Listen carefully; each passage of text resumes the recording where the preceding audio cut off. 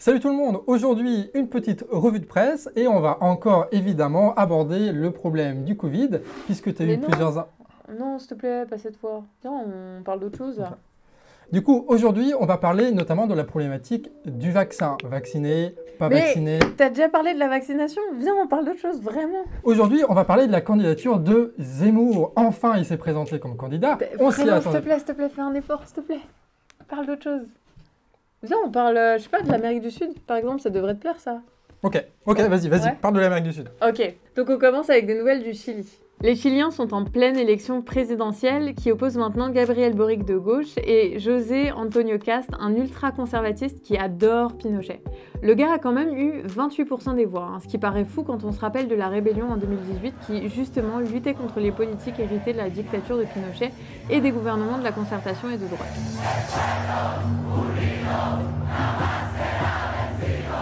Et cette élection, elle se différencie pas vraiment des autres, puisqu'elle continue la tradition de propagande d'État mise en place par les médias. Le candidat d'extrême droite est mis en avant comme le protecteur de l'ordre, face au candidat de la violence, Gabriel Boric, qui lui vient du mouvement étudiant. Ils accusent notamment les travailleurs d'être responsables de l'inflation depuis qu'une bonne partie d'entre eux ait retiré leur fonds de pension de la banque. Et surtout au Chili, tu as énormément de problèmes avec les fonds de pension, notamment américains, parce que chez nous, il y a BlackRock qui essaie de ponctionner plein de fric. Chez eux, c'est vraiment BlackRock qui gouverne là-dessus. Ils ont énormément du pognon chilien. Et l'un des gros enjeux d'une politique progressiste là-bas, c'est justement de virer ces connards-là et de remplacer ça par des systèmes de cotisation, d'assurance, tout ça qui sont un peu plus respectables. Mais bon, faut pas mettre tous ces œufs dans le même panier, alors ils utilisent d'autres boucs émissaires, notamment à travers leur campagne anti-drogue. Le peuple mapuche d'abord, brutalement réprimé lors de leur marche pour la résistance mapuche et l'autonomie des peuples, le mois dernier. La police a blessé 17 manifestants et a tué une militante, Denise Cortés. Les immigrés aussi. Dernièrement, dans le nord du pays, des militants d'extrême droite ont brûlé des tentes de Vénézuéliens sans papier. Bref, l'extrême droite, elle est présidente gagnante du second tour qui aura lieu le 19 décembre. Après, il ne faut pas oublier aussi qu'il y a quelques semaines, quelques mois maintenant, tu as eu tout un bordel, on avait expliqué ça dans une vidéo du Canard, qui a mené à un vote pour une constituante qui a été actée par les Chiliens. Et après, tu as eu des élections pour cette assemblée constituante. Et tu avais une coalition de l'extrême droite, de la droite, des conservateurs, des libéraux, de tout ce bordel-là, qui faisait en sorte que cette constituante-là ne puisse pas être aboutie. Parce qu'en fait, c'est eux qui avaient écrit les règles de cette constituante-là, qui disaient que si tu avais une alliance qui faisait plus de 30%, ils pouvaient tout bloquer. Du coup, ils se sont dit, on va faire une alliance tous ensemble, comme ça on va tout bloquer. Et ce qui est rigolo, c'est qu'ils ont fait genre 23%, quelque chose comme ça. Et qu'en face, c'est des candidatures indépendantes, c'est des candidatures un peu révolutionnaires qui reprennent un peu le fleuron de la révolte, avec notamment beaucoup de personnes qui sont des peuples indigènes pour la reconnaissance, des trucs comme ça.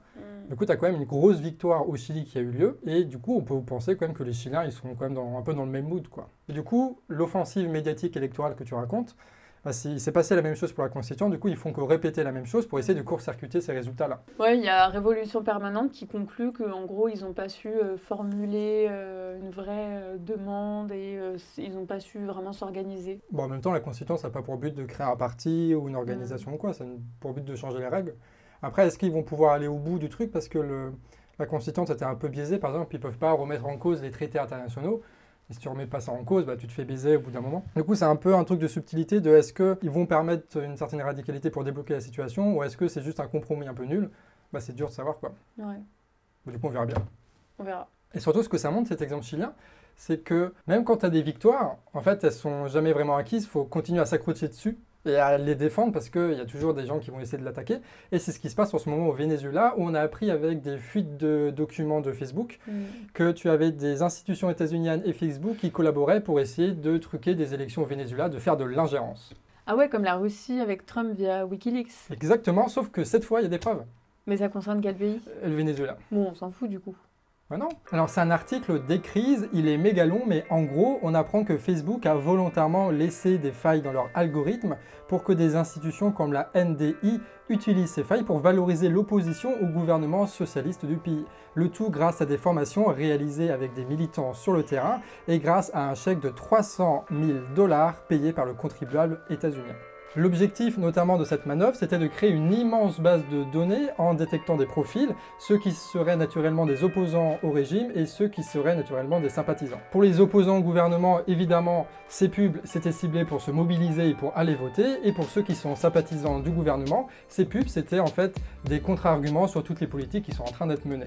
Et en tout, c'est quand même 8 millions de personnes qui ont été ciblées pour un pays qui compte moins de 30 millions d'habitants. Donc en plus d'imposer un blocus dégueulasse au Venezuela, les États-Unis font de l'ingérence dans leurs élections, et notamment pour les municipales de 2013 et les législatives de 2015, ce qui a permis une victoire de l'opposition, ce qui est bizarre dans une dictature que ce soit l'opposition qui gagne le Parlement, et du coup la présidence du Parlement par Juan Guaidó qui a tenté après un coup d'État soutenu par les États-Unis et l'Union Européenne. C'est quand même fou ce qu'on apprend avec les documents fuités, hein. J'adore les documents fuités. Et sinon, t'as vu l'article... Non, c'est même pas un article, c'est un post que Ruffin a partagé d'un article. Non, il dit quoi? En gros, il y a eu un mort et plusieurs personnes mises en danger dans un hôpital. Ah, c'est les gilets jaunes, ça encore. Non, c'est Macron. En gros, un anesthésiste qui a dû être hospitalisé et a pas pu être remplacé parce que pénurie de personnel, dû aux coupes de budget qui entraînent les services dans des cercles vicieux où le manque d'anesthésistes entraîne des charges de travail plus lourdes pour ceux qui restent et fait fuir les éventuels candidats. Et ça, c'est devenu le quotidien des soignants. Il y a une affaire, ça n'a pas trop de rapport avec, mais c'est marrant. C'est le Parlement, au début du mois, qui a voté une mention spéciale pour dédommager les fournisseurs de gaz. Ah ouais, genre pour filer de la thune à Total, quoi. Oui, c'est l'idée. Et surtout parce qu'ils avaient bloqué le prix du gaz, tu sais. Ouais. Du coup, ils compensent les pertes avec des subventions comme ça. Donc ils bloquent des prix, mais c'est nous qui payons? Ouais, pour des acteurs privés qui n'ont cessé d'augmenter les prix, leurs tarifs, et qui n'ont cessé de verser des dividendes. Mais attends, ils ont privatisé? Ouais. Donc les prix ont augmenté? Ouais. Jusqu'au point où c'est devenu insoutenable pour les gens? Ouais. Donc ils sont obligés de bloquer les prix, et en plus de ça, de filer des chèques de plusieurs millions pour compenser les pertes? Ouais, et en attendant, Total, ils ont multiplié par 5 leur chiffre d'affaires, leurs bénéfices même, par rapport à la même période de l'année dernière. Et c'est pas un truc genre avec le Covid machin, parce que c'est leur record de bénéfices depuis 2014, depuis la dernière grosse augmentation du prix de pétrole. Et ce qui est marrant, c'est que le gouvernement, il justifie cette aide-là parce qu'il y aurait des petits distributeurs qui seront un peu dans la galère et qui seraient inquiets. Les gens ils sont souvent inquiets du coup pour faire des subventions. Du coup, de 1, c'est un peu le jeu en fait quand tu es une entreprise et que des fois il y a des pertes, tu peux pas demander la privatisation et en même temps être aidé à chaque fois. De 2, c'est peut-être les dividendes de Total qui doivent financer les petits distributeurs, pas forcément nous sous à nous. Et de 3, putain de sa mère, pourquoi est-ce qu'il y a une concurrence pour la distribution du gaz, quoi? C'est encore une fois une belle leçon, un beau cas particulier qui montre la bêtise du système libéral dans un circuit qui n'a pas du tout besoin de concurrence. Mais c'est même pas ça le pire. C'est un article de Libération qui en parle. Le taux de marge des entreprises est historique en France, et ça depuis 1949. Et encore 49, c'est parce que l'INSEE n'existait pas avant. Bref, les entreprises aujourd'hui en France n'ont jamais autant gagné. Non mais c'est normal, il y a eu plein de boîtes fermées qui ont du chômage partiel. Donc forcément, il y avait un taux de marge élevé vu qu'ils avaient plus de dépenses et de la thune gratos. Et après le mini-crash du confinement, c'est normal qu'on puisse avoir des gros pourcentages. Ça ne veut pas forcément dire qu'il y a des grosses dingueries derrière. Sauf que dans l'article, il précise que l'augmentation de ce fameux taux de marge s'est aggravée depuis la libéralisation de l'économie française et s'est accélérée sous Macron et Hollande avec simultanément des baisses d'impôts pour les entreprises, des aides comme le CICE qui coûtent des milliards par an sans aucun résultat et surtout le gel général des salaires qui a permis d'augmenter la rentabilité de ces entreprises. En fait, ce truc-là, c'est un bel indicateur de la répartition des richesses d'un pays. Plus le taux est bas, plus le pognon est redistribué en salaire, plus il est haut, plus ça va dans les poches d'actionnaires et donc dans les paradis fiscaux. Ouais, enfin, pas toutes. Les grosses, oui, sûrement, mais les petits, non. Peut-être, mais ça montre quand même quelque chose dans notre économie qui est marrant, dans la façon de faire de la politique, d'après les libéraux. C'est qu'en gros, quand on est en temps de paix où tout va bien, toutes les grosses entreprises profitent de plein de lois libérales pour baisser les salaires, pour payer moins de charges, pour payer moins d'impôts, etc. Donc pour elles, c'est trop bien les temps de paix.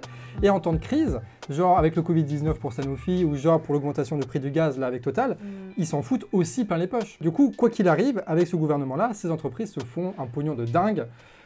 Voilà, c'est un bel exemple aussi de pourquoi ça merde. Et sinon, en parlant du Covid, il y a la CNIL qui demande au gouvernement des preuves pour savoir si oui ou non le pass sanitaire serait efficace. Mais c'est pas la première fois qu'ils demandent, c'est la 3e, je crois, depuis 2020. Qu'est-ce qui t'arrive, Nina? Quoi? On avait dit qu'on parlait pas du Covid, là. Ils ont répondu quoi, le gouvernement? Il se comporte un peu comme un élève qui n'a pas rendu son DM à temps. Désolé, on savait pas, on pensait vous avoir déjà tout donné. Mais du coup, on peut vous renvoyer un papier dans lequel on va vous dire de nous-mêmes qu'on a raison.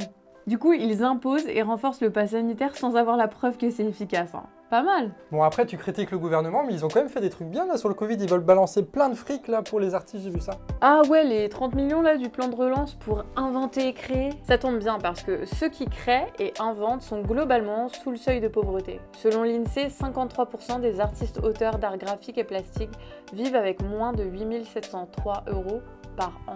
Ouais, c'est pas avec ça qu'ils vont réussir à mettre de la margarine dans leur plat de coquillettes, quoi. Ouais, surtout que l'argent il va être donné à des gens qui ont déjà beaucoup trop de margarine dans leurs pâtes hein, et qui font des projets que personne ne comprend. Ouais, parce que les projets soutenus sont toujours dans des lieux de riches, genre ils donnent de l'argent à cette meuf pour aller bosser la crise de nos manières d'habiter, quoi, sur l'île de Porquerolles sur la Côte d'Azur.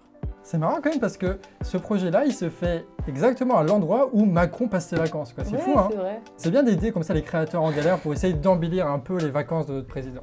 Ouais, puis les projets qu'ils ont sélectionnés, bah, ils sont presque que sur le littoral chic et dans quelques villes bien gentrifiées. Mais il y a une exception dans tous les projets qui ont été financés par l'Élysée, c'est un truc qui se passe à Saint-Denis. Et Saint-Denis, c'est bien, tu vois, c'est un peu prolo, c'est un peu... sauf que ça se passe dans une grande cathédrale. Voilà. Donc c'est prolo, mais c'est quand même l'endroit le plus chic et le plus bourgeois qu'il y a dans Saint-Denis, quoi. Ouais. Mais en même temps, la bourgeoisie, elle a besoin de ça aussi pour se reproduire culturellement, tu vois. C'est un peu une tradition française. Plein de laquais comme ça qui s'organisent pour essayer de choper de la thune pour divertir le roi, pour avoir le droit de divertir le roi. Du coup, dans un sens, c'est quand même soutenir le patrimoine français, les grandes traditions françaises des lèche-culs, quoi, et des pince-fesses. Et voilà, ça résume bien un peu les véritables actions menées par le gouvernement pour tout ce bordel-là, quoi. Bref, j'espère que ça vous a plu. En ce moment, au mois de décembre, c'est une vidéo par jour parce que... Voilà. Pour le plaisir. Pour le plaisir, du calendrier de l'Avent, pour tester plein de trucs. N'hésitez pas à vous abonner, n'hésitez pas à soutenir le canard, et voilà, quoi. Des bisous.